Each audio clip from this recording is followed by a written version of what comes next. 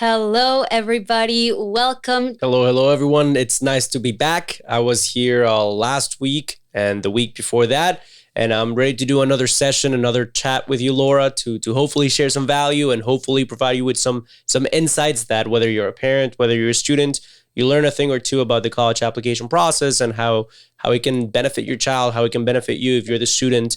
And yeah. As we mentioned, we are talking about very important topics and very relevant topics to the college admissions process, specifically with the time of year that we are in. We're talking FAFSA. We're talking the new SAT, the changes to the SAT exam, which are going to be pretty big because, traditionally, this exam has been pencil and paper, number 2 pencil. And there are some changes starting the new year. So make sure that you are tuned in for that. And we'll also be sharing some scholarship tips for you all. And yeah, as Laura said, similar to how people make New Year's resolutions every year, for example, mine is going to be to run a marathon, which I'm not a runner. So that'll be almost a religious experience. But it seems as though the college application process set out on a similar journey to change a lot of things and then incorporate a bunch of different components to their new year. Again, between the FAFSA,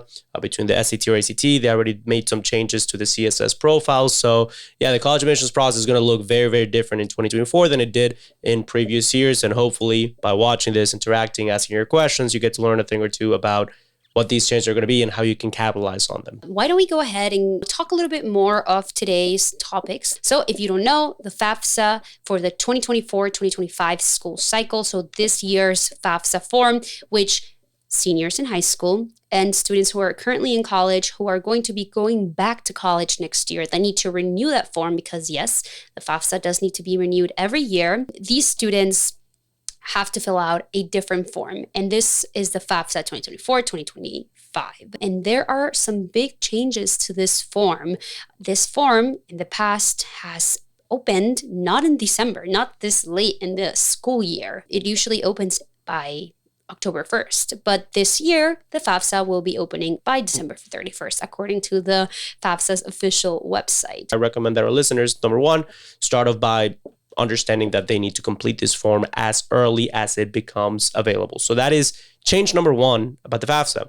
Another big significant change is the methodology, is the algorithm, the calculation through which the form assesses financial needs. So the form, free application for federal student aid, is used, it's not a loan, it's not a grant, it's not a scholarship, but rather a form that takes information from the family's finances and then through an algorithm that in the past took information like, okay, everything on your tax returns, and then you take a look at how many students are in college at the same time and XYZ, it calculates or used to calculate something called the estimated family contribution, the EFC number. And now it calculates for something called the student aid index.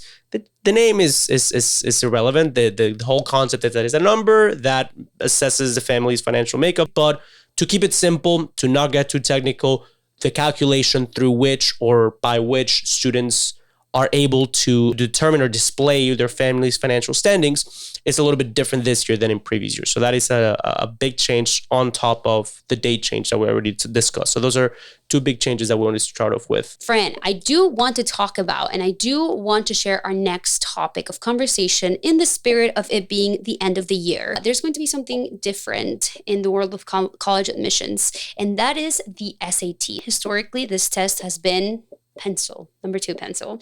But starting next year, it's going to be a digital exam. They're going to be adopting that digital test format. I remember when we were in high school and the FCAT used to be pencil and paper.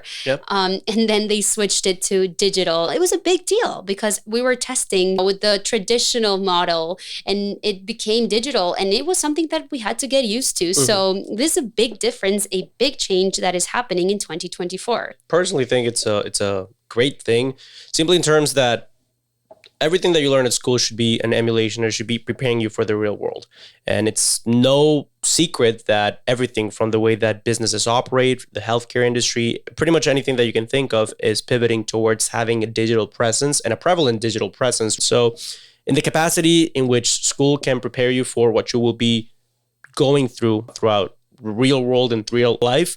I think that's great because it prepares a student to be proactive and to be able to succeed in college and then beyond if done properly. But the important thing there is not to say, okay, well, that's great. Well, we're going to take the test on a computer or a tablet and that's it. But rather you have to prepare for it. You have to emulate testing conditions. Inside Best College Aid, our members get access to study materials, complementary study materials for both the SAT or ACT.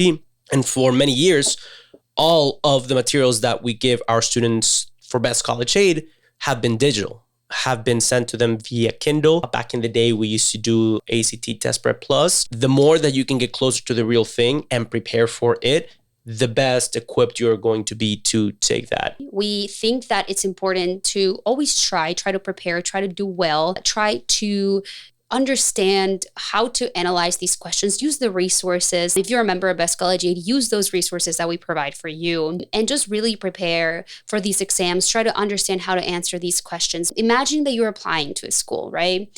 And you're applying to a school that's test optional. And there's a student who has the same GPA. You do football, they do basketball, you both are in NHS. So your academic resume is very, very similar. Your essay is both fantastic. You both write an amazing essay, but you don't submit your SAT or ACT score because you just didn't want to, you never took it for whatever reason. And the other student did take the exam, try to do well. Who do you think the college admissions officer is going to admit if that academic profile is very similar? Of course, there's other factors that come in, but having those good standardized test results will definitely be helpful when it comes down to that because there are so many people who apply to college. Especially since test optional applications became increasingly optional. There's studies you can go on Google and look at the University of Virginia, Notre Dame, and you can look at recent admission statistics and how students at test optional schools, those two that I mentioned come off the top of my head because I just read about them, how admission statistics for students with fairly similar application statistics are twice as favorable towards students who submit good competitive scores than those students who submit a competitive application but with no test scores. So obviously, evidently, every school is going to be different. But as you said, don't rule out the importance of a good competitive score because it could be the difference maker. Even though they're used for basically the same reason, we recommend students choose the test that they perform better in and just stick with that one. Try to practice, study for it, and try to do well in it. So that's, another free tip that I wanted to share regarding these standardized tests. Go ahead and give each one of them an attempt. If you are a critical thinker that can do the science, which is not necessarily super science based, it's more, again, critical thinking. If you do that for the ACT and you happen to excel at it, and then you look at the chart that compares the percentiles, your score with the national percentile, and you see that in one, you are significantly ranked better than the other, then boom, you know that for the rest of your time, you should focus on studying for that one and increasing the percentile, the top percentile that you're at. So that should be your baby. Go ahead and study for that one for the next few years. And that's what we've seen throughout the years and the thousands of students that we've helped in Best College Aid. That's what we've seen yields the best results. And now let's share some new scholarship opportunities, things that are changing, and ways that students can win more scholarships this new year, 2024. Let's start with private scholarships. The beauty of them is that there's always a private scholarship available. It's not like the FAFSA, it's not like a CSS profile, and it's not really like some state scholarship programs that they have deadlines, opening dates. There's like a window that they're available, and then they close. But the beauty about private scholarships is that there's private scholarships that are available in the summer, scholarships that are available right now. There's going to be a bunch of private scholarships that are going to be opening up starting 2024. So the deadlines do vary. Start doing the research. Start looking for those scholarships that will be available in the coming year. And maybe make a list of those private scholarships that you do qualify for, that you should be applying to, figuring out maybe it's in May of 2024 that they're available. Maybe it's in April of 2024. Maybe it's not till October. Make sure that you have an idea of when it opens And if you do qualify based on maybe your nationality, maybe your age, maybe you have to be a senior, maybe it's available for students who are in middle school and who are in ninth grade. So making sure that you know all those things and start applying for those scholarships, start creating a plan to apply for private scholarships, because there's what, like $7 billion? What's the number for private scholarship available? Private scholarships is like Uber Eats.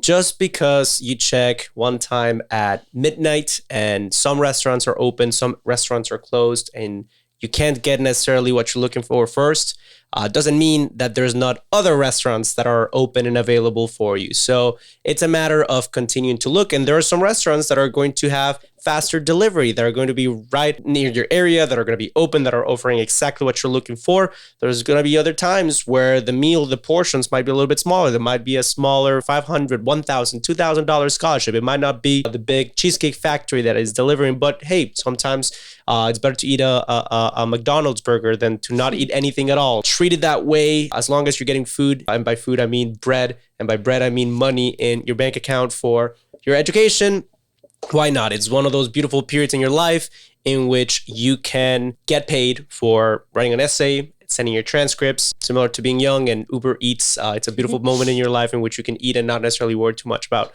gaining weight than you do when you're older. So take advantage of that. That's a thought that I wanted to share on private scholarships. Alrighty, so I'm hungry. Yeah, we can tell. So I hope that those tips were obviously helpful for you. Apply to private scholarships, make a plan. FAFSA, if you are a senior, if your student is a senior in high school, or a college student that does have to renew that form, make sure that they are ready to fill it out, because it is going to be available starting next week. I hope that you found this presentation, this show, you found it informative and you found it entertaining, but also it helped you, whether you're a student, whether you're a parent watching this. It helped you. Also, we do have a free training. If you want to just learn more, if you want to learn the secrets to get accepted to college with scholarships, make sure to watch that all the way through, because it is filled with information, filled with tips and strategies that can help you and your students. So make sure you check that out. Have a wonderful week, and we'll see you next time. Bye, twin. Bye, twin. See you later, guys.